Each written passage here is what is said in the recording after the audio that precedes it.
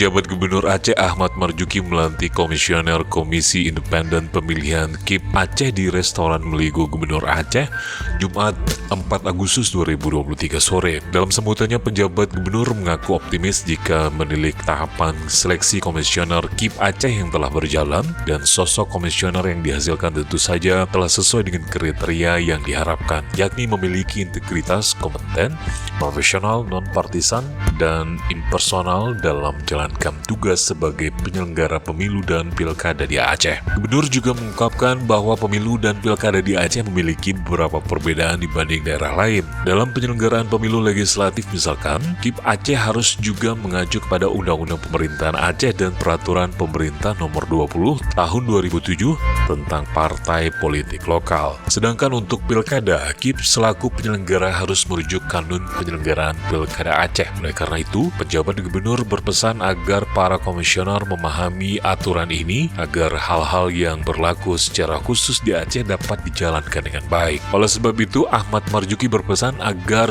usai pelantikan ini, para komisioner segera tancap gas melaksanakan dan juga memastikan bahwa semua tahapan berjalan dengan baik.